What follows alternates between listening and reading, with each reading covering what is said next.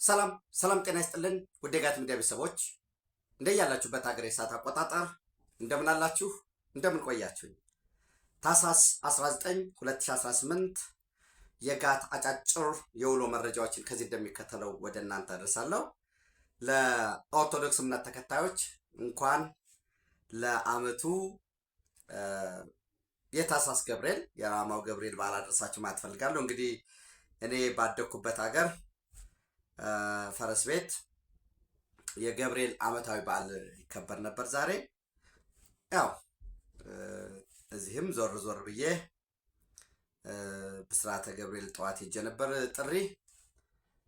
ከዛ ደግሞ ወደ ኮተቤ ገብርኤል ነበርኩ እና በዛ በዓል እየታደምኩ ነው የተወሰነ ያረፈድኩት። ኤኒዌይስ እንኳን አደረሳችሁ እንኳን አደረሰን። ከቦታው በትክክለኛ መረጃና ማስረጃ የተደገፈ አስተማማኝ መረጃ ልክ እንደወትሮ ወደ እናንተ ይዤ መጥቻለሁ። ላይክ አድርጉ፣ ሸር አድርጉ፣ ሀሳብ አስተያየታችሁን አካፍሉ፣ እንመማርበታለን። የጋት ሚዲያ ሜምበር ሁኑ፣ ጋት ሚዲያን ደግፉ። በሱፐር ቻት በሱፐር ታንክስ እየደገፋችሁ ነው። የጋት ሚዲያ ቤተሰቦች ትክክለኛ ወቅታዊና የሚበጅ መረጃ የምንለዋወጥበትን የጋት ሚዲያ ቤተሰብ እንዲያድግ የሚዲያው አምባሳደር ሆናችሁ ሰብስክራይብ አስደርጉ። ዘንድ በዛሬው ዕለት የፋኖ የእርስ በርስ ውጊያ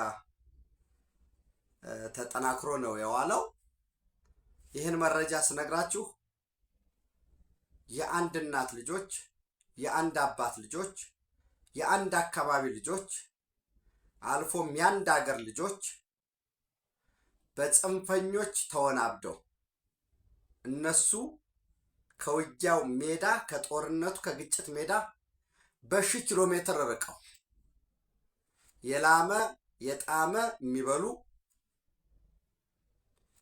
እዚህ አማራ ክልል እዚህ ኢትዮጵያ ውስጥ ጦርነት ሲካሄድ ጥቅም የሚያጋብሱ ደም ሲፈስ ውስኪ የሚፈስላቸው የምስኪን የድሃ ልጅ የአማራ ልጅ የኦሮሞ ልጅ የትግራይ ልጅ እነሱ በወደቁ ቁጥር እነሱ በሞቱ ቁጥር ረብጣ ዶላር በአካውንታቸው የሚገባላቸው እነኚህ ሆዳሞች ተለላኪ የባዕዳን ተለላኪ ባንዳዎች የተለያየ አመለካከት የተለያየ መረዳት ይኖራቸዋል። በድል እየገሰገስን ነው፣ ድል እያረግን ነው፣ ወዩ የመጣን ጊዜ ደርሰናል፣ እየመጣን ነው። የማይነፋ ፕሮፓጋንዳ ያለ መሬት ላይ ያለው ተጨባጭ ግን ህዝብ መሮታል። እንደምታውቁት በጎሬላ ዋርፌር ጫካው ህዝብ ነው። ዛማዶ ጫካ ገብተዋል አይባልም። ጫካው ህዝብ ነው። ህዝብ አንገሽግሾታል፣ መሮታል። የስንቅ ምንጫቸው የመረጃ ምንጫቸው በጀል ያስገብተው የሚያዋጉት ሃይማኖትን ሊጠፋ ነው፣ ርስትህን ልትቀማ ነው፣ ወራሪ መጣብህ፣ ጠባብ ዘረኛ ቡድን ሊያጠፋህ ነው፣ ወደ አዲስ አበባ እንዳትሄድ ልትደረግ ነው፣ የተበላሸ ማዳበሪያ ሊሰጥህ ነው ወዘተረፈ ተብሎ ተቀሰቀሰ። በአማራ ክልል ኦሮሚያ ጋር ታውቃላችሁ ደግሞ እንደገና ትምክተኛው መጣልህ። አህዳዊ ስርዓት ሊዘረጋ ነው። ቋንቋህ ሊጠፋ ነው። ለዘመናት ታግለህ ያስጠበቀው ባህልህ ሊደፈጠጥ ነው። ቤተ ክርስቲያን የኦርቶዶክስ ቤተ ክርስቲያን መንግስታዊ ሃይማኖት ልትሆን ነው። እና አፄ ምኒልክ እና አፄ ኃይለ ሥላሴ ይነሱ ይመስል ሐውልት ቆመላቸው። ዋ አለቀ ተነስ ተባለ። በተመሳሳይ በትግራይ በኩል ያለውን ነው የምታውቁት ነው። ቅርጽ ይቀይራል የትግራይ ብሔርተኞች ፕሮፓጋንዳ። ለምሳሌ በሰሜኑ የሀገራችን ክፍል በነበረው ጦርነት ወደ ወሎ ሲገቡ ሙስሊሙ በዛ በሚልበት አካባቢ ሃይማኖታችሁን ሊያስፍቃችሁ ስለሆነ ነው ብልጽግና አብራችሁን ተዋጉ ይላል። ወደ ክርስቲያን ወዳለበት ወደ ላስታ ወደ ላሊበላ እየገፉ ወደ ጋሸና ወደ ደብረ ታቦር ሲመጡ ደግሞ የእስላም መንግስት በላይ ላይ ሊጫንብህ ነው ይሉታል። ሰው ቅርጹን እየቀያየረ በይዘቱ ግን ጸረ ኢትዮጵያ፣ ጸረ ልማት፣ ጸረ ብልጽግና፣ ብልጽግና ሲባል ፓርቲ ብቻ አይደለም፣ የድህነት ዘበኛ የመሆን ለኢትዮጵያ ታሪካዊ የቅርብና የሩቅ ጠላቶች ተለላኪ በመሆን በተከፈተ ጦርነት የአንድ እናት ልጆች፣ የአንድ አባት ልጆች፣ የአንድ መንደር ልጆች፣ የአንድ አካባቢ ልጆች፣ የአንድ ክልል የአንድ ሀገር ልጆች እርስ በርስ እየተጫረሱ ነው፣ እርስ በርስ እያለቁ። ይህን ስናገር ለእናንተ ልቤ በሐዘን ይሰበራል። ምን ይገኛል? በቃ ተሸነፉ እኮ። ህዝብ አንቅሮ ከተፋይህ አስቀድሜ ያልኳቸው የስንቅም የመረጃም የትጥቅም ምንጭህ ቀን ብሎም የሚዋጋልህ የምታዋጋው አናያችሁ አላቸው። መሳሪያ አንስቶ በየአካባቢው እየተደራጀ እየወጋቸው ነው ያለ። እንዳትመጡብን በቃን እያለ ነው ያለ። የመንግስት መዋቅር በዕለት በዕለት እየጠነከረ እንደ ሸምቀቆ እየከበባቸው ነው ያለ። እርስ በርስ ያለውን መጠራጠር አትጠይቁኝ። ትናንት ሆ ብሎ ለትግል ብሎ የገባው ዛሬ ነገር እየጠበቀ ሲሄድ እሱ ማን ነው? የከሌ ጠባቂ ማን ነው? የየት ሀገር ሰው ነው? ወንድሙ ማን ነው? ከየት ነው የመጣው? ከነማን ጋር ስልክ ያወራል? ስልኩን ቀማው፣ ስልኩን ፈትሸው፣ እስኪ የቁም እስረኛ አድርገው። እርስ በርስ መጠራጠር ውስጥ ነው ያሉት። ያም ብሎ ለምሳሌ ጎጃም ውስጥ ብትሄዱ ሸበል ዛምበራ በረሃ የሚባል አለ። ሸበል ውስጥ ጥላሁን አበጀ የሚመራው 64ኛ ክፍለ ጦር የሚባል ኤርትራ ነበረ። ጥላሁን አበጀ እንግዲህ ታውቁታላችሁ። ብዙ ማህበራዊ ሚዲያ ላይ ቪዚብል ምንድነው አቬለብል የሆነ ሰው ነው። ጥላሁን አበጀ የ64ኛ ክፍለ ጦር እሱ የሚመራው 64ኛ ክፍለ ጦር በላይነህ ዋልተ ንጉስ የሚባል ልጅ የሚመራው 34ኛ ክፍለ ጦር ከባድ የሆነ ጦርነት እያደረጉ ነው። አሁንም እስካሁን 32 የሚሆኑ ታጣቂዎች ከሁለቱም ወገን ወድቀዋል። የተቀበሩትን የተነሱትን ነው የምነግራችሁ። 32 ውጊያው አሁንም ቀጥሏል። በተመሳሳይ ሸዋ የአማራ ፋኖ ብሔራዊ ኃይል አሳምነው ዕዝ ወይንም የአማራ ፋኖ ብሔራዊ ኃይል ደቡብ አማራ ቀጠና አሳምነው ዕዝ የሚሉት ማለት ነው። ይህ ኃይል ተቆርጦ የቀረ የአማራ ፋኖ ህዝባዊ ድርጅት አለ። አንደኛው የአማራ ፋኖ ህዝባዊ ድርጅት ማስረሻ ሰጤ ካፕቴን ማስረሻ ሰጤ የፈረመው ከአማራ ብሔራዊ ክልላዊ መንግስት ጋር በኢጋድ አደራዳሪነት በአፍሪካ ህብረት ታዛቢነት በማስፈጸም ደረጃ መከላከያ ጀግና የሀገር መከላከያ እና የአማራ ብሔራዊ ክልላዊ መንግስት በጋራ ሆነው ፊርማ ስምምነት አድርገዋል። በዚያ ስምምነት መሰረት አፋሕድ ካፕቴን ማስረሻ ሰጤ ሰፋፊ ስራዎች እየሰራ ነው ያለው። በሚመለከተው በራሱ በድርጅቱ የሚገለጹ ነው። ሰፋፊ ስራዎችን እየሰራ ነው ያለው። የፖለቲካ እስረኞች እንዲፈቱ ተመልሰው የመጡ ወደ ሰላም የመጡ አሁንም በመምጣት ላይ ያሉ፣ በነገራችን ላይ ቁጥራቸው 20ም 30ም እየሆነ ጎንደር፣ ሸዋ፣ ጎጃም፣ ወሎ እጅ እየሰጡ ነው። አሁንም ወደ ሰላማዊ ህይወት እየተመለሱ ነው ያሉት። ተቆርጦ የቀረው መከታው ማሞ የሚመራው እስክንድር ነጋን የቁም እስረኛ አድርጎታል። እስክንድር ነጋ አንዱ የቁም እስረኛ ሆነው በገንዘብ ብክነት በሚል ነው። ዘንድ እስክንድር ነጋ ሲጠየቅ የገንዘብ ብክነትን ያላመጣሁም የተሰበሰበ ይመጣል የተባለ ከ1.4 ሚሊዮን ዶላር በላይ አሜሪካ ነበረ። ነገር ግን 1 ሚሊዮን ዶላሩን በልተውኛል፣ ክደውኛል። መካድ ብቻም ሳይሆን እነዚህ ከ1 ሚሊዮን ዶላር በላይ የያዙ ወገኖች እኔን ከድርጅት ለመነጠል ከአማራ ፋኖ ህዝባዊ ድርጅት ከአመራርነትም ከአባልነትም ለመነጠል ይልቁኑ ጠላት እንዲነሳብኝና እንድመታ ለማድረግ እየሰሩ ነው የሚል የራሱን የድምፅ መልእክት የምታውቁት ነው። ያ ሲናዘዝ የተናገረው ነው። በገንዘብ ብክነት ከ1 ሚሊዮን ዶላር በላይ አባክናል በሚል አሁን እስክንድር ነጋ የቁም እስረኛ ነው ያለው። የቁም እስረኛ ሆኖ ነው ያለው። ኤኒዌይስ ይህ የአማራ ፋኖ ህዝባዊ ድርጅት መከታው ማሞ የሚመራው ከአማራ ፋኖ ብሔራዊ ኃይል አሳምነው ዕዝ ወይም ደቡብ አማራ ቀጠና በሚል ሲያስብ ሸዋ የሚባለው ከሚመራው ጋር ዛሬ ከፍተኛ የሆነ ጦርነት አድርገዋል። በዛ ጦርነት እስካሁን ተጨባጭ የሆነ ቁጥር እስካሁን 13 ሰዎች መሞታቸው ነው እንግዲህ መረጃው እየወጣ ያለው። በተለምዶ በነገራችን ላይ የፋኖን አንድነት ለማምጣት በዚህ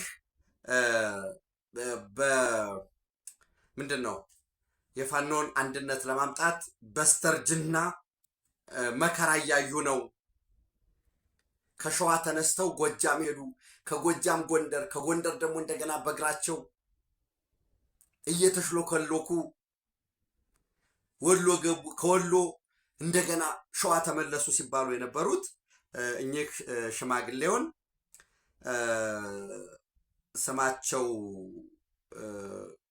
ስማቸውን ልንገራችሁ። ተስፋዬ መካሻ፣ በጽንፈኛው አጠራር አባት አርበኛ ተስፋዬ መካሻ የሚባሉት ናቸው። እርሳቸው ሞተዋል። ያሳዝናሉ እኚህ ሽማግሌ ሰውዬ። እውነቴን ነው ብላችሁ በጣም ነው ማዝን። ምን ሲባል ተወጣ? የሻዕቢያ ቅጥረኞች አሁን የፕሪቶሪያ ስምምነት ሲፈረም ምንድን ነው ያሉት? አስታውሱ ከነበረ ካምፑን እንበትነዋለን፣ ተበትኗል። ለአማራው ደግሞ በየቤቱ ጦርነት እንወስድለታለን አሉ። ዘና አስቀድሞ በብአዴን ሊግ ሲደራጁ የነበሩትን ሰበሰቡና ግፋ በለው አሏቸው። ጥገኛ ባለሀብቶች ፋይናንስ እንዲያደርጉት፣ በሃይማኖት መዋቅር ውስጥ ያሉት ጥገኞች መዋቅ ሰንሰለት ዘርግተው ገንዘብ እንዲሰበስቡ እየባረኩ ግባ እንዲሁ የምታውቁትን ነገር የምናውቀውን ነገር ለባለፉት ገና ከጥንስሱ ጀምሮ የተናገርነውን ነገር እናንተ ሕያው ምስክር ናችሁ። እኚህ ተስፋዬ መካሻ በስተርጅና እድሜያቸው በዛሬው ዕለት እንዲሁ ከ13ቱ ጋራ የሞቱበት ሁኔታ ነው ያለው። ሌላው ወደ ጎንደር ስንሄድ ብዙዎቻችሁ ሆፕፉሊ ሳሙኤል ባለድልን ታውቁታላችሁ። ኮማንዶ ምናምን እየተባለ እሱ የነበረው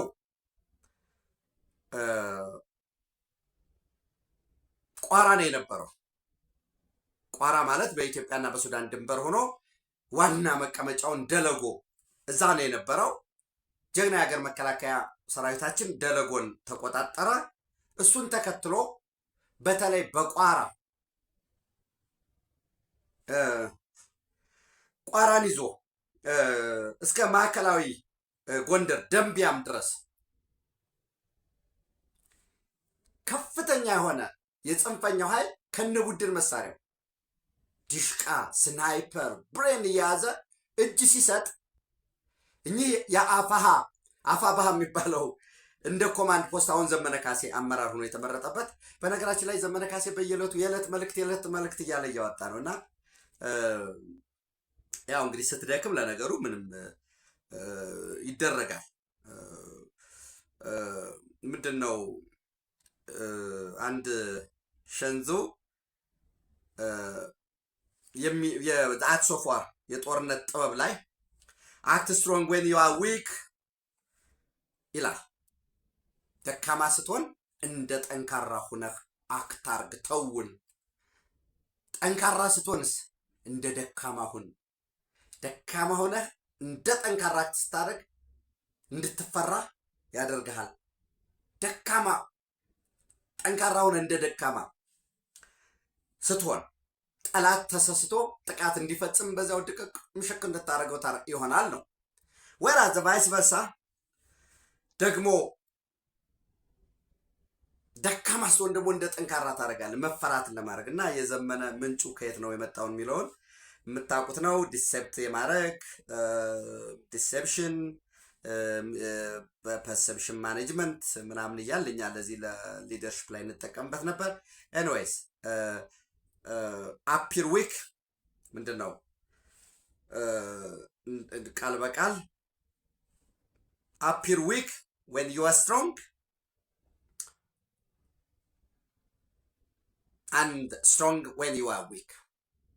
ደካማ ስትሆን ጠንካራ መስለህ መታየት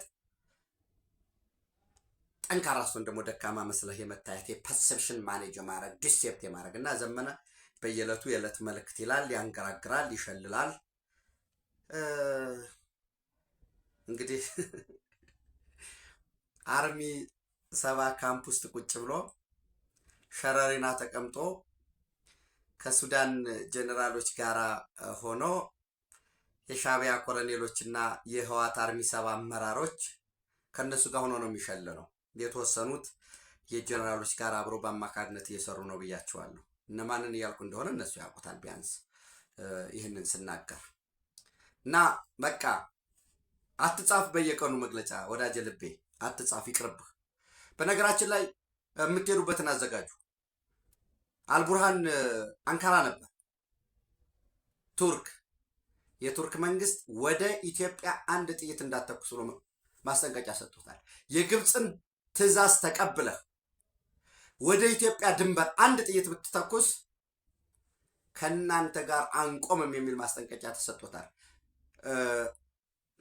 ታጣቂዎችን ትረዳለህ፣ የመተላለፊያ ኮሪደር ሰጥተሃል።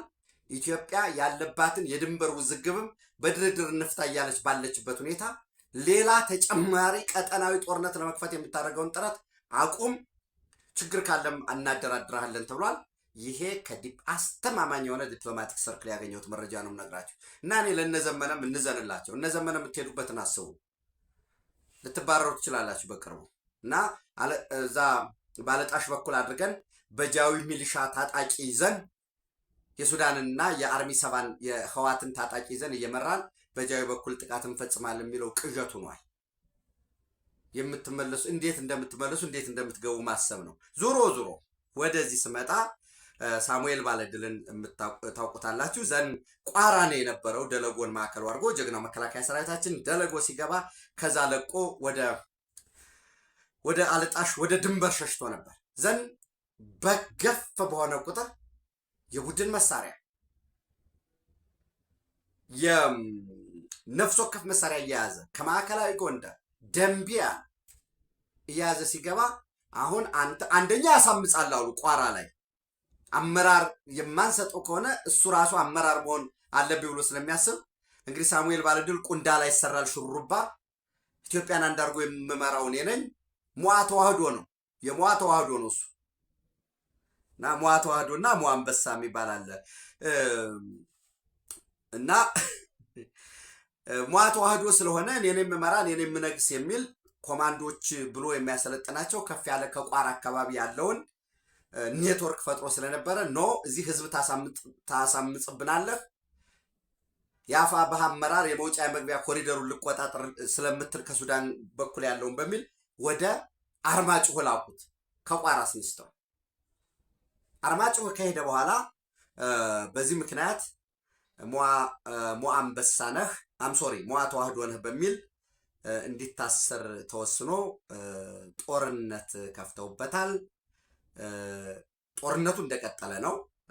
በእነሱ በኩል እንግዲህ መያዝ ነው የፈለጉ እነሱ። እጅ ስጥ ነው የተባለው። እጅ ስጥ ሲባል እጅ አልሰጥም አለ። ዘን ውጊያ ተጀምሯል። በድሽቃ ብሬን፣ ክላሽ፣ በቦምብ እየተደገፈ ጦርነት እየተካሄደ እንደሆነ ነው እየተካሄደ ያለው ጦርነቱ። ኤግዛክትሊ የሞቱትን ቁጥር ከቦታው ያሉ እዛው በቦታው ያሉ አሁን እነሱ እኔ ወንድሞቼ የሀገሬ ልጆች በአንድ ሀገር ልጅነት ስለ ኢትዮጵያ የኔ ወንድሞች ኢትዮጵያውያን ባሌ ይሁን መቀሌ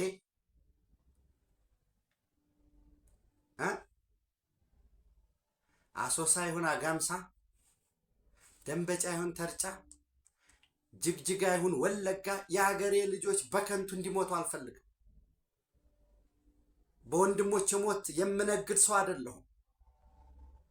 ያዘው ልቀቀው ግፋ በለው ጀግናው ጦርነት ሰርጉ ነው ምታት ነው ምናምን እንደዚህ ሆበል ማለት ምን ማሰብ ይጠይቃል? ካምፓላ መሄድ ነው።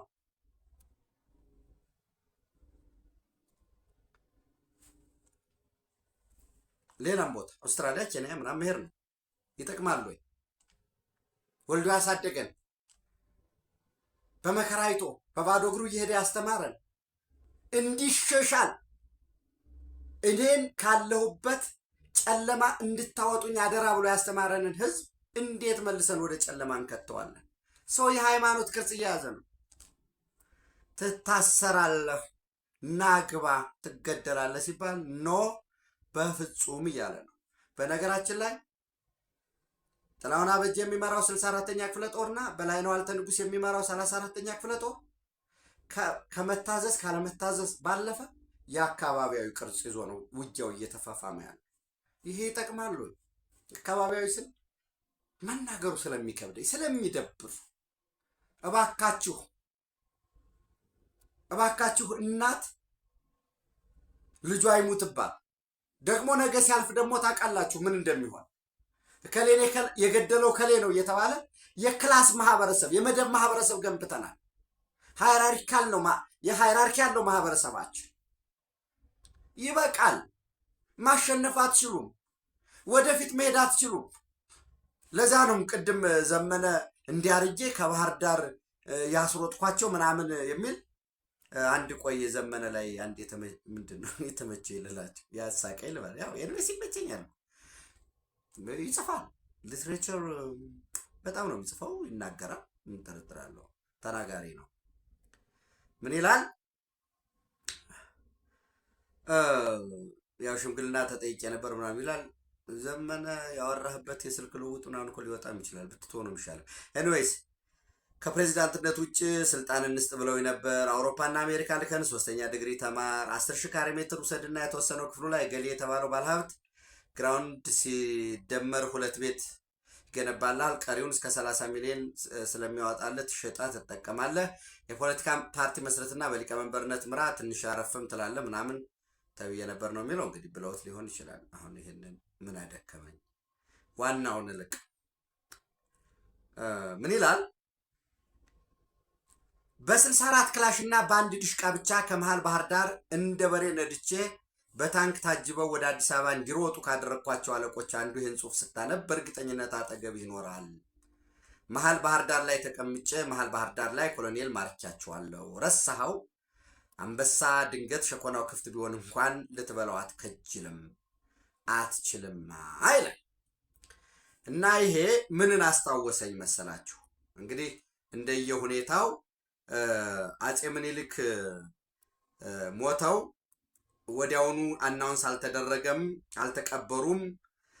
እርሳቸውን አጼ ምኒልክን መስሎ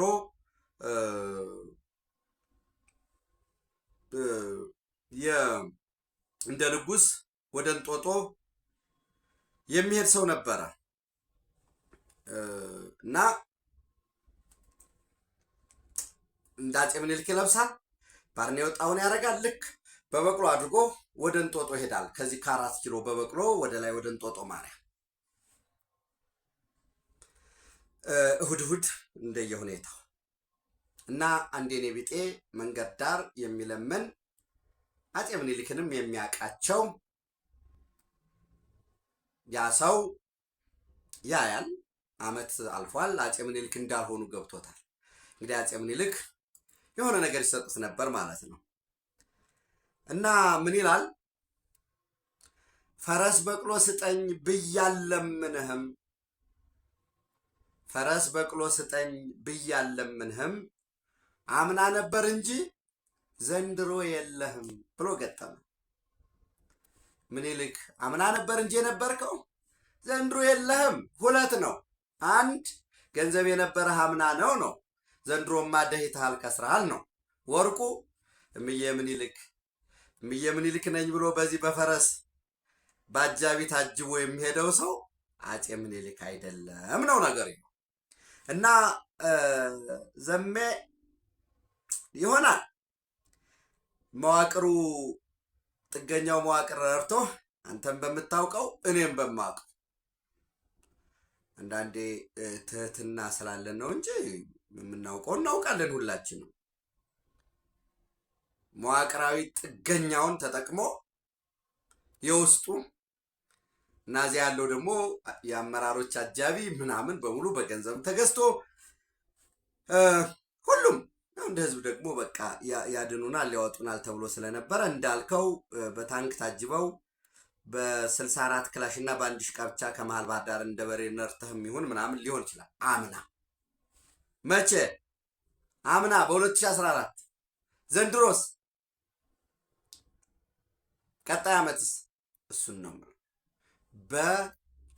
ባለፈ ታሪክ የምትጽናናው እንዲያረጋለው የምትለው ግለሰቦችን እየጠራህ የምታንገራግረው የምትፎክረው ወደፊት መውጣት ዳገት ሲሆንብህ ነው። ያለፍከውን ሜዳ ያለፍከውን የመጣህበትን መልካም ዘመን በትዝታ የምታስበው አይቻልም። አሁን የጂኦፖለቲክሱም የሻዕቢያ ጉራ እንቶፈንቶ ድንፋታ በሱዳን በአልቡርሃን ታዝሎ ግብፅ ሊወጋ እናንተ ከፊት ጋቢና ላይ ተንጠልጥለህ ልትመጣ ኢትዮጵያ ልትፈራርስ ቅዠት ነው። ንቁ። አይሆንም። ኢትዮጵያ እኮ ብቻዋን ልትቆም አትችልም። አሰላለፍ አለ፣ ባላንስ ኦፍ ፓወር የሚባል ያሁኑ ደግሞ 10 ሀገር ሆኖ ተደራጅቶ ኢትዮጵያን ቢወጋ ኢትዮጵያን ሊያሸንፍ አይችልም። ስለ ኢትዮጵያ እንኳን የአርበኞች ልጅ የሆነው ጀግናው የኢትዮጵያ ተራሮቿ፣ ጋራው፣ ሸንተረሩ ይዋጋል። ከጥንት እስከ ዛሬ ምስክር ነው። ወራቶች ይዋጋሉ። ሬዚስት አድርገህ ብትቆይ አለኝ ያለውን መሳሪያ የሆነ ጊዜ ክረምቱን ጭቃ ይዘዋል። ወንዝ ይሞላል። ስለ ኢትዮጵያ ተራሮች ይዋጋሉ። ተፈጥሮ ይዋጋል። የጀግና ልጆችን እና ባንዳነት አይበጅም። የባንዳ ስራ እየሰሩ ባንዳ አይደለሁም የሚሉ ሰዎች አሉ። ምክር ቤት ተቀምጦ የባንዳ ስራ ሰርቶ ባንዳ ነህ ሲባል አያቴ እንዲህ ነበር፣ ወንድሜ እንዲህ ነበር ምናምን። አንተ ነህ ባንዳ የተባለ አለ። ባንዳነት በዘር የሚተላለፍ ባንዳነት አለ። ግን አገር የሚክዱ አሉ። ቁም ነገር፣ ጀግንነት፣ አርበኝነት ግለሰባዊ እንጂ የዘር የብሔር ቅርጽ የለውም፣ ፍረጃ ያለው ይህ ነው። እርስ በርስ እንዳይገዳደሉ፣ እርስ በርስ እንዳይሞቱ ጥረት መደረግ ያስፈልጋል። ሌላው እንግዲህ ህወሓት የእስር ትዕዛዝ አውጥታለች። መጀመሪያ ወጣቶች ህጻጽ ያለውን የወገኖቻችንን መጎሳቆል፣ መራብ፣ መጠማት በምስል አስደግፈው አወጡ። ገንዘብ ማሰባሰብ ፈለጉ። ልክ ከዛ ህወሓት ልታተርፍ ሞከረች፣ ተንደፋደፈች። ከሂውማኒታሪያን ተቋማት ጋር መጠለያ ጣቢያዎችን ከሚያስተዳድሩት የአሜሪካ መንግስት ጋር ከአሜሪካ መንግስት ጋር ተባብረው የወርልድ ቪዥን ኢንተርናሽናልን ጭምር የክርስቲያን ሪሊፍ ኤድ ኤጀንሲ እነዛን የሚያስተባብሩ ዓለም አቀፍ ባለሙያዎችን እነዚህን እንዳታስጎበኙ እኛህን ነው የምናስጎበኝ ብለው በተፈናቃዮች ሊነግዱ ሞከሩ። እነ ተክላይ ከነ ፍጹም ጋር ያስርክ ልውጡ አልሆነም። እሱ የኢትዮጵያ መንግስት አይደለም እርዳታ የሚያቀርበው። የኢትዮጵያ መንግስት አይደለም ስላችሁ ቻናሉ አለማ እርዳታው ይሄዳል። የኢትዮጵያ መንግስት ይሄው እንካ ምናምን እያለ አይደለም ይሰጥ። እርዳታውን የሚያስተባብሩ ዓለም አቀፍ ተቋማት ተወካዮች አሉ እዛ። የኢትዮጵያ የአደጋ መከላከልና ዝግጁነት ኮሚሽን በዛ አግባብ በስታንዳርዱ መሰረት ይሰጣል፣ ሪፖርት ያደርጋል። ከዛ እየተፈራረመ ጣቢያው ላይ ይህን ያህል እርዳታ መጥቷል፣ ይህን ያህል ተቀብለናል፣ አለቀ። ያ ሪፖርት ደግሞ ለወርልድ ፉድ ፕሮግራም ጨምሮ ለኦቻ በየደረጃው ላለው ሪፖርት ይደረጋል። በቃ ይሄ ነው። የኢትዮጵያ መንግስት ሲጠየቅ ይህንን እናድርግ በድርሻው ያንን ያቀርባል። ውሃን በተመለከተ ለተፈናቃዮች ውሃ የሚያቀርቡ ረድኤት ድርጅቶች አሉ። ፋይናንስ በመቀነሱ እነሱ እየተጉላሉ ነው። አዎ እውነት ነው። ቢሆንም ግን ዩኤስኤድ በመውጣቱ ያ እንዳይቋረጥ ደግሞ የኢትዮጵያ መንግስት የፌዴራል መንግስት ደግሞ አቅሙ በፈቀደ መልኩ አማራጮችን እየፈለገ ስራውን ያስቀጠለ ነው ያለው። የት ሄደ እኛ የምናቀርበው ድጋፍ የት ሄደ የሚል ነገር ይዞ መጡ ምዕራባውያን። ጦርነት እንዳትከፍቱ፣ በኤኒሚስ ጦርነት እንዳትከፍቱ የሚል ማስጠንቀቂያ ተሰጣቸው። ልክ የቱርክ መንግስት ለአልቡርሃን እንደሰጠው ወደ ኢትዮጵያ ቃታ እንዳትስብ ኢትዮጵያን የሚወጉ ኃይሎችን መጠለያ ሆናል፣ እነሱን ማስወገድ መቻል አለብህ። ከፓራላል መንግስቱ ጋር ከታስ የሚባለው ከዳጋሎ ጋር የተኩስ አቁም ስምምነት መፈረም መቻል አለብህ። እኛ ከግብፅ ጋር በመሆን ከአሜሪካ ጋር በመሆን ቱርክ የለችበትም። ኳትሬት የሚባለው አራቱ ላይ ያሉት ሳውዲ አረቢያ፣ ዩኤኢ፣ ኳታርና አሜሪካ ናቸው። እኛ በታዛቢነት ገብተን እናሸማግልሃለን፣ አስፈላጊውን የበጀት ድጋፍ እንሰጣለን፣ መልሰን ሱዳን እንገነባለን፣ ወደ ኢትዮጵያ ጦርነት መግባት የለብም የሚል ቀጭን ትዕዛዝ ተሰጥቶታል። አለቀ። ኬሞባ ሌላ ትኩሳት መጥቷል። ሶማሌላንድ ገብቷል። ወዳጅ ሰው ከዛ እናተርፋለን ብለው ያሰቡት ነገሩ ዓለም አቀፍ ጫና መጣባቸው። እንዳትዋጉ ተባሉ። ሁሉን እንጎበኛለን፣ የሚደርሳቸውን እንጠይቃለን። የወርልድ ፉድ ፕሮግራምም እዛ ያሉ የረድኤት ድርጅት አስተባባሪዎችም ከተፈናቃዮች ገንዘብ እየተቀበላችሁ ነው፣ ቁርሳችንን ለሰራዊታችን በሚል በሬ ምናምን ያሉ ያ ሁሉ መረጃ ተሰንዶ ቀርቧል። ይህን ሁሉ አብራሩ ሲባሉ ምን አሉ?